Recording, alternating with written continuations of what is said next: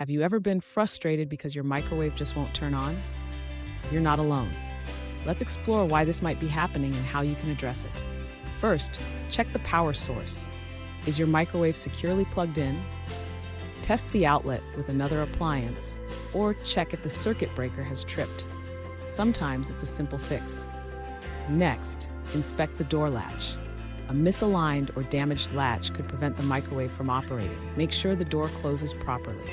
If that doesn't solve it, consider the possibility of a blown fuse. Microwaves have internal fuses that can blow, cutting off power. Another potential culprit could be the control panel. If buttons aren't responding or the display is off, the control board might be malfunctioning. Finally, think about thermal cutoff or sensors. If the microwave overheated, safety features might have triggered, shutting it down.